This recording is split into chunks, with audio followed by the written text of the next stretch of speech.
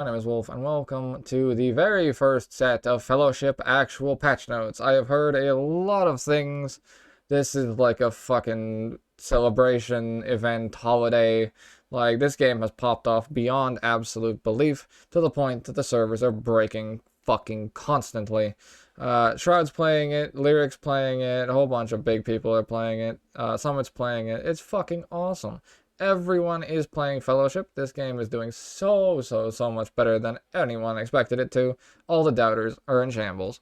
So, with that being said, I'm going to read through all of these and tell you all of these with the interpretation I have on the meta so far, which is my own experience across now 90 hours of a fuckload of gameplay.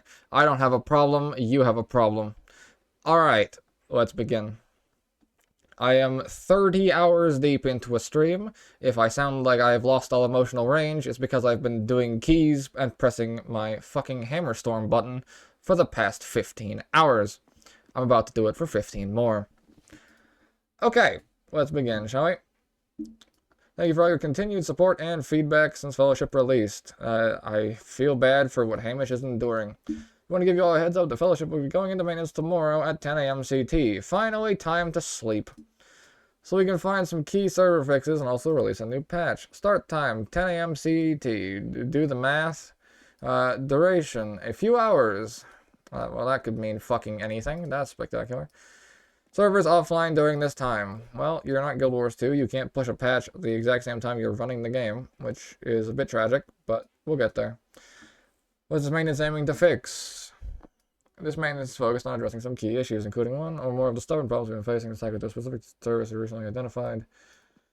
Okay, there's recent improvements, including queues. Patch line. Oh my fucking god, it's just been Hamish talking. Okay, let's go. Patch notes for the 22nd. Increase AFK timer from 5 minutes to 10 minutes. It's 5 minutes? No, it's fucking not. You're lying to me that that's 5 minutes. You are lying to me. I remember when it was 45 fucking seconds. That's how little they wanted you in this fucking game. Like, 5 minutes, dude? You are... In what world? In what untime dilated world? To 10 minutes, alright? You might be able to have a shit in peace. Inactivity alert will now trigger after 9 minutes. Wow, so you get 1 minute. You got 10 minutes to take a shit, and you got 1 minute to wipe. You're really making it an MMO. I love it. You can absolutely wipe a key in one fucking movement, so fair enough. As to the vibe.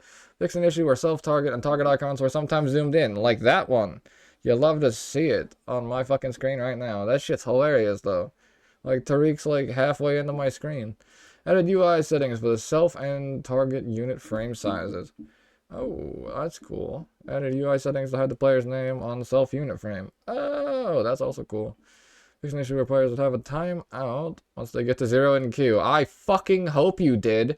That shit happened to me 3 times at, like, real low amounts, bro. That shit was horrible.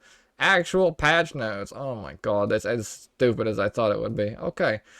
This is cool. This is fucking awesome. So this is gonna be a different Fellowship past this patch, the Fellowship that we are playing right now. Completely. The meta's about to shift, the thoughts are about to shift, all my tier lists are about to be remade. Great. I hope that you guys enjoyed the first ones. There's gonna be a whole new set of new ones. But, I mean, I'll be doing mid ones as I go through and whatnot. So, this is what I kind of meant when I did the early tier list. Is like, the early tier list is going to be entirely different to the mid-game tier list, and the late-game tier list, and the mid-to-late-game tier list, because the game also progresses as it goes. And we're currently in the progression window. We haven't hit the top-end point. Arguably, I don't even know what the top-end point is. You give me 3 months from now, I'll know what it is, and we'll do it all again. Because it's just that fucking good. But, we haven't hit that yet, so we're going to see what kind of opinion I wind up formulating as I get there, but slowly but surely, working my way up.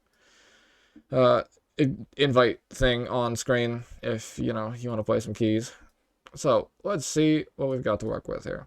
Sealed Fate, Amethyst. So I've started to understand the gem system, but not enough to feel comfortable to give you a guide on it. I will get there, but I'm trying to time the C1, and I'm trying to time the fucking champion capstone, and that shit is nuts. The average casual is not timing a champion capstone. I'm not gonna lie to you. They're stuck in contender. They're having a good time at Sithral's Fall. They are not gonna be able to do that flower boss whatsoever. Their PC will explode. So, weapon trades. The major trait Diamond Strike. Diamond hands, boys. You'll ever see it. Now it correctly increases the healing with each stack, was only affecting damage. That's a weapon trait. So that's the weapon skill tree then. So that's spectacular. That's a patch note I haven't even gotten to play yet. Updated major. Okay, cool. Heroes. This is what we care about. Helena. The damage of Helena's abilities have been increased by 12%. This is how bad the tank shortage is. It is buffs to both tanks. It is that tragic. I made a call to arms video. I did an ultimate beginner's tanking guide. I will do anything that it takes to get people to tank on this fucking game, because it is actually very fun. However, what they need to do is none of these things. They need to disregard all of this and make a third tank. It's that simple. You make a third male tank, and everyone's fucking happy. Yes, okay, it's day 4, but this should have been thought about a very, very long time ago. What they did was they released 2 DPS back to back. They arguably released 4 DPS back to back. Unfortunately, I'm busy right now, but I appreciate you. I would join otherwise.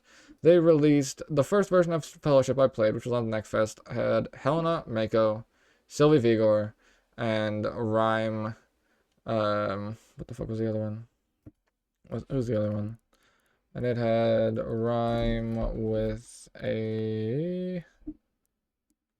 Rhyme and Tariq were the 2 that were playable.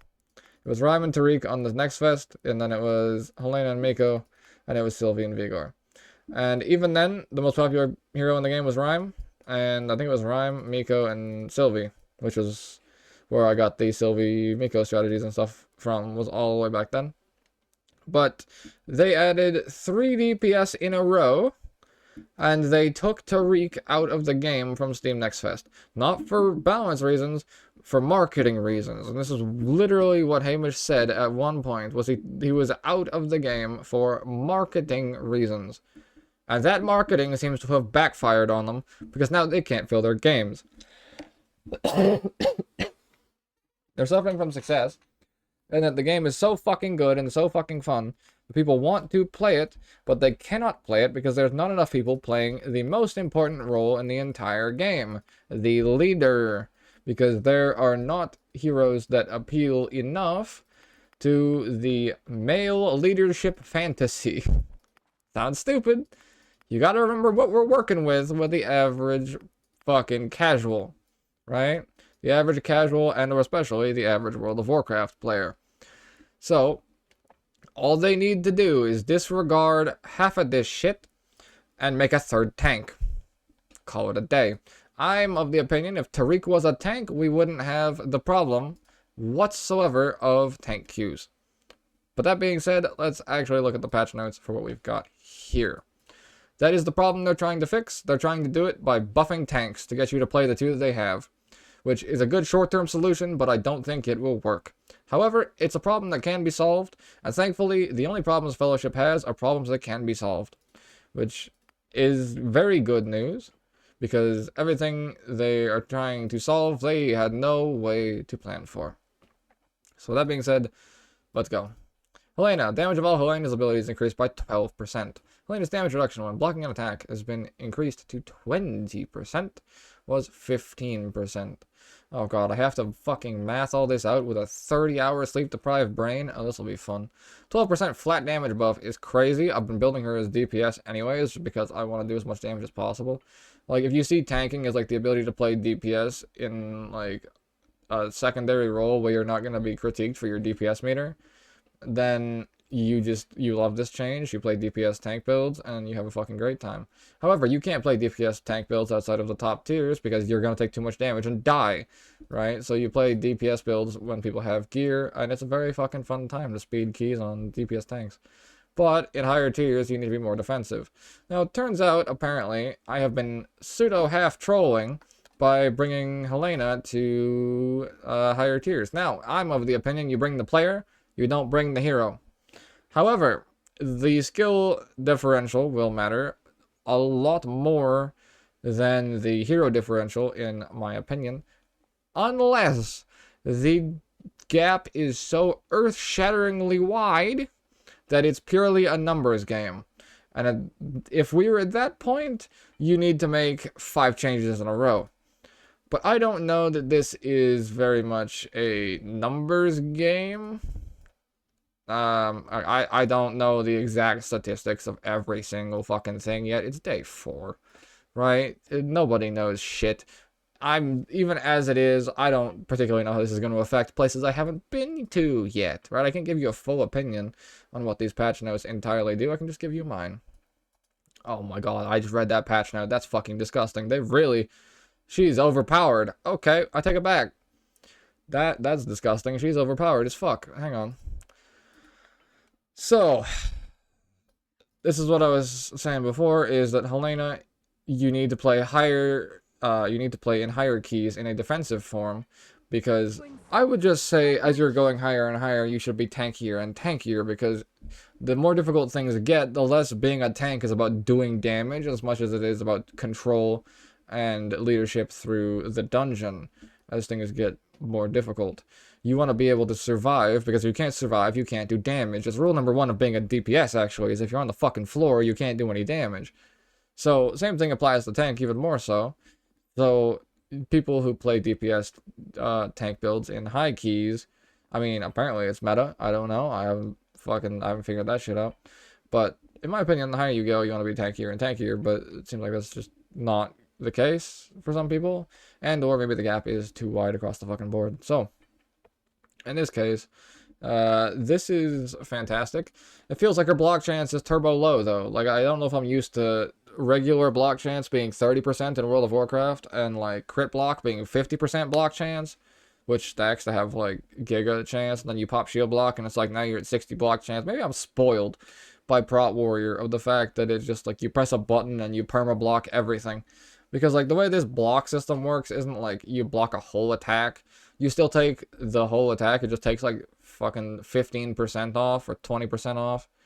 Well, in this case, 20% off, which is nice. So we get another 5% on block. But, like, just 20% on block when the entire character is based around block feels kind of whack.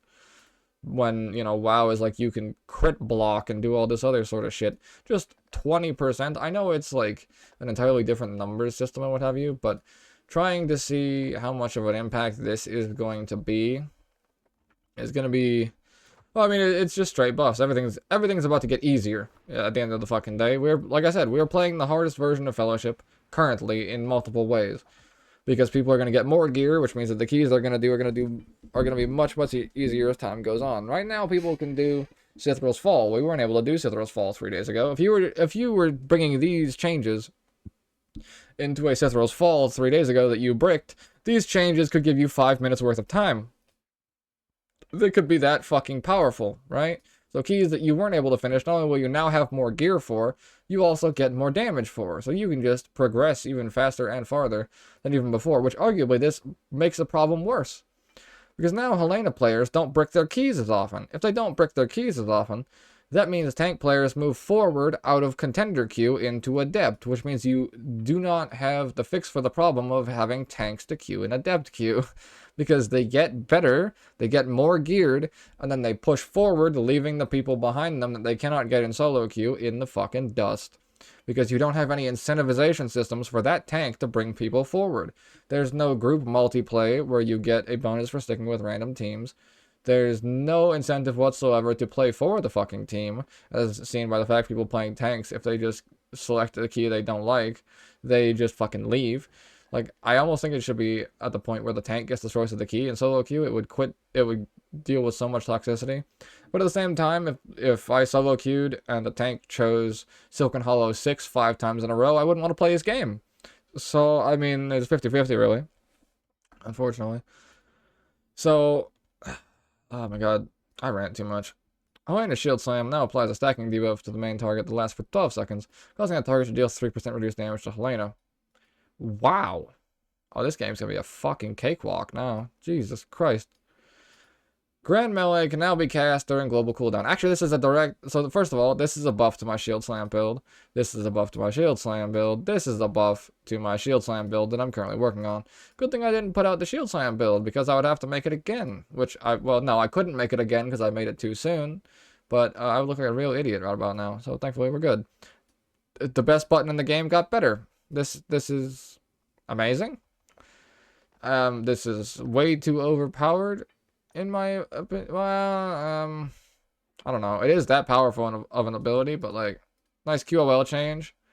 But like, that's crazy. Fixed an issue with a legendary. The free shockwave now triggers Veteran of War. Okay, that's really cool, considering how I think that could work. And then these are legendary changes. So, Masochist Razor Necklace now causes enemies hit to deal 20% damage to Helena. Legendary is undiscarded. Vigilante Cape now reduces all damage taken by 25%. While Hold the Line is active on Helena was 20. The Hold the Line is so fucking good. Oh, wait, no. Was that a buff? I thought that was backwards. Alright, that's a buff. I thought that was a nerf. I thought I was gonna say Hold the Line is so good it got fucking nerfed. But no, that's a buff across the board, which is cool. And Mako. The damage of Mako's abilities have been increased by 12%. The legendary Shattering Obelisk's Drape now increases the health and duration of each Earth sibling. I don't play enough Mako. By 50%. I have to learn every single talent at some point. I need to do a whole day of playing this character. Maybe I'll play her in solo queue or something. She'll be my solo queue tank and it'll be a train wreck. Oh, you heard the noise. They're coming for me. Hamish is on my ass. Alright, we're good. Fix an issue causing Mako to sometimes get locked out of her abilities permanently if she dies during her Shatter Earth Leap. That's beautiful. Love that. Imagine breaking a key to that shit. Yikes. Sithrul's fall range. Okay, Sithrul's fall breath range increased so that she cannot be kited while trying to cast the ability. They made Sithrul's fall harder. Wow, okay. That's an interesting design choice. We decided to make the heroes harder, or sorry, make the heroes better instead of the dungeons harder. Or sorry, we do, or sorry, no, that's the wrong way around. They decided to make the heroes better instead of the dungeons easier. That is an interesting choice. That is a very interesting choice, because a lot of people in this scenario would just make the dungeons easier. But they didn't compromise. They arguably made it worse. They just instead made the heroes better. So now it feels better to play your character, and you're not feeling like you're absolutely shit-stomping things because they also arguably made it a bit harder. Interesting. Oh no. Oh shit. Oh shit, that's a change at the end of the fucking patch notes.